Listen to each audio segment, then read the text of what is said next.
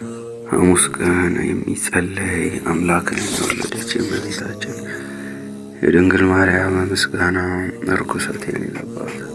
ድንግል ማርያም ሙሴ በበረሃ በነደ እሳት ጫፎቿ ሳይቃጠሉ ያያት ጽን ትመስላለች። የአብ ቃል በእርሷ ሰው ሆኗልና እሳተ መለኮቱ አላቃጠላትምና።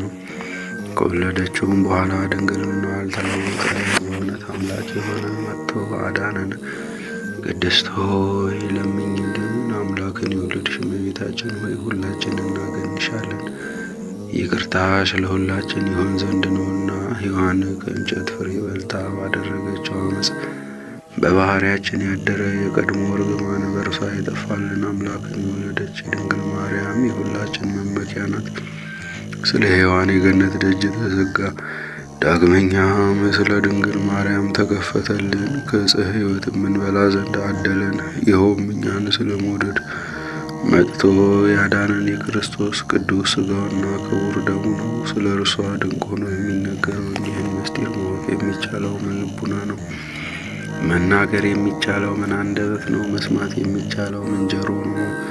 ሰውን የሚወድ እግዚአብሔር አንድ ብቻ የሆነ አምላክነቱ ሳይለወጥ ከዓለም በፊት የነበረ የአብ ቃል ከአብ ዘንድ መጥቶ ልዩ ከሆነች እናቱ ሰው ሆነ። ከወለደችው በኋላም ድንግልናው አልተለወጠም። ለዚህም አምላክን የወለደች እንደሆነች ታወቀች። የእግዚአብሔር የጥበቡ ስፋት ምን ይጠልቅ! በጻዕር በምጥ በልብ ሐዘን ጋር ትወልድ ዘንድ የፈረደባት ማኅፀን የሕይወት መገኛ ሆነች። ከባህሪያችን እርግማንን የሚያጠፋልን ያለ ወንድ ዘር ወለደችልን። ስለዚህም ሰውን የምትወድ ሆይ ክብር ላንተ ይገባል። ቸርና የሰውነታችን መድኃኒትም ነህ እያልን እናመስግነው። ቅድስት ሆይ ለምኝልን። ያለ ወንድ ዘር አምላክን የወለደች የድንግል የማኅፀኗ ሥራ ምን ይደንቅ! ለዮሴፍ የታየው መልአክ ከእርሷ በመንፈስ ቅዱስ የሚወለደው ያለመለወጥ ሰው የሚሆነው የእግዚአብሔር ቃል ነው ብሎ መስክሯልና። ማርያም የዚህ ደስታ ሕዝብ የሆነ እርሱን ወለደችው። መልአኩ ልጅን ትወልጃለሽ ስሙም አማኑኤል ይባላል አላ። ትርጓሜውም እግዚአብሔር ከእኛ ጋር ሆነ ማለት ነው። ዳግመኛ ወገኖቹን ከኃጢአታቸው የሚያድናቸው ኢየሱስ ይባላል።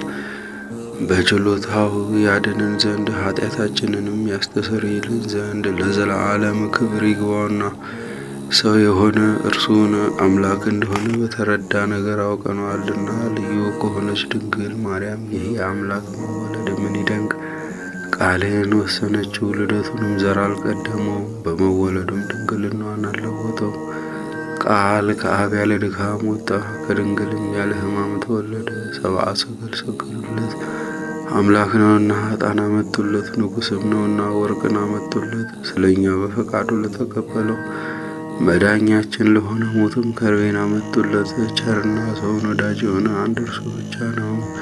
ቅድስት ሆይ ለምኝልን። ከአዳም ጎና አንዲት አጽም መንሳት ምን ይደንቅ! ከእርሱ ሴትን ፈጠረ፣ የሰውን ፍጥረትንም ሁሉ ፈጠረ። ጌታ የአብ ቃል ለኩነተ ሥጋ ተሰጠ፣ ከልዩ ድንግልም ሰው ሆነና አማኑኤል ተባለ። ስለዚህ ሁል ጊዜ እርሷን እንለምን። ከተወደደ ልጇ ታማልደን ዘንድ በቅዱሳንና በሊቃነ ጳጳሳት ሁሉ ዘንድ ቸር ናት። ደጅ የሚጠኑትን ወልዳላቸዋለችና፣ ለነቢያትም ትንቢት የተናገሩለትን ወልዳላቸዋለችና፣ ለሐዋርያትም እስከ ዓለም ዳርቻ በስሙ ያስተማሩለትን ወልዳላቸዋለችና፣ ሰማዕታትና ምዕመናንም የተጋደሉለት የጥበቡ ጸጋ ብዛት የማይታወቅ ኢየሱስ ክርስቶስ ከእርሷ ተወልዷልና። የይቅርታውን ብዛት መርምረን እንፈልግ፣ መጥቶ አድኖናልና። ቅድስት ሆይ ለምኝልን። እግዚአብሔር የባሕርይን ፍሬ በዙፋን ላይ አኖራለሁ ብሎ ለዳዊት በእውነት ማለ፣ አይጸጸትም።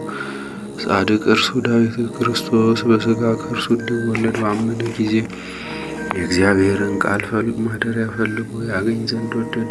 ይህንንም በታላቅ ትጋት ፈጸመ። ከዚህም በኋላ እነሆ በኤፍራታ ሰማነው ብሎ በመንፈስ ቅዱስ አሰምቶ ተናገረ። ይህችውም አማኑኤል እኛን ለማዳን በሥጋ ይወለድባት ዘንድ የመረጣት የያዕቆብ አምላክ ማደሪያ ናት። ዳግመኛም ከነቢያት አንዱ ሚክያስ አንቺ የኤፍራታ ክፍል የሆንሽ ቤተልሔም ከይሁዳ ነገሥታት መሳፍንት አገር አታንሽም፣ ወገኖቼ እስራኤልን የሚጠብቃቸው ንጉሥ ከአንቺ ይወጣልና ከዛሬ ጀምሮ እስከ ዘላለም ድረስ ከቸር አባቱና ከመንፈስ ቅዱስ ጋር ምስጋና ስለተገባው ስለ ክርስቶስ በአንድ መንፈስ ቅዱስ ትንቢት የተናገሩት የእነዚህ የሚክያስና የዳዊት ነገር ምን ይረግ? ቅድስት ለእስራኤል ነገሰ ዳዊት ጠላቶቹ በተነሱበት ጊዜ ከቤተልሔም ምንጭ ውሃ ይጠጣ ዘንድ ወደደ። የጭፍሮቹ አለቆች ፈጥነው ተነሱና በጠላቶቹ ከተማ ተዋግተው ሊጠጣ የወደደውን አመጡለት። ጻድቅ ዳዊት ግን ጨክነው ሰውነታቸውን ስለ እርሱ ለጦርነት ለሞት አሳልፈው እንደሰጡ ባየ ጊዜ ያን ውሃ ፈሰሰ፣ ከእርሱም አልጠጣም። ከዚህ በኋላ ለዘላለም ጽድቅ ሆኖ ተቆጠረለት። ሰማዕታት የዚችን ዓለም ጣዕም በእውነት ናቁ፣ ደማቸውንም ስለ እግዚአብሔር አፈሰሱ። ስለ መንግሥተ ሰማያትም መራራ ሞትን ታገሱ። እንደ ይቅርታ ብዛት ይቅር በለን። ቅድስት ሆይ ለምኝልን። ከቅድስት ሥላሴ አንዱ ወልድ መዋረዳችንን አይቶ ከሰማየ ሰማያት ወርዶ ባህሪውን ዝቅ አደረገና መጥቶ በድንግል ማኅፀን አደረ። ከብቻዋ ከኃጢአት በቀርም እንደኛ ሰው ሆነ። ነቢያት ትንቢት እንደተናገሩለት በቤተልሔም ተወለደ። ፈጽሞ አዳነን፣ ወገኖቹም አደረገን። ቅድስት ሆይ ለምኝልን።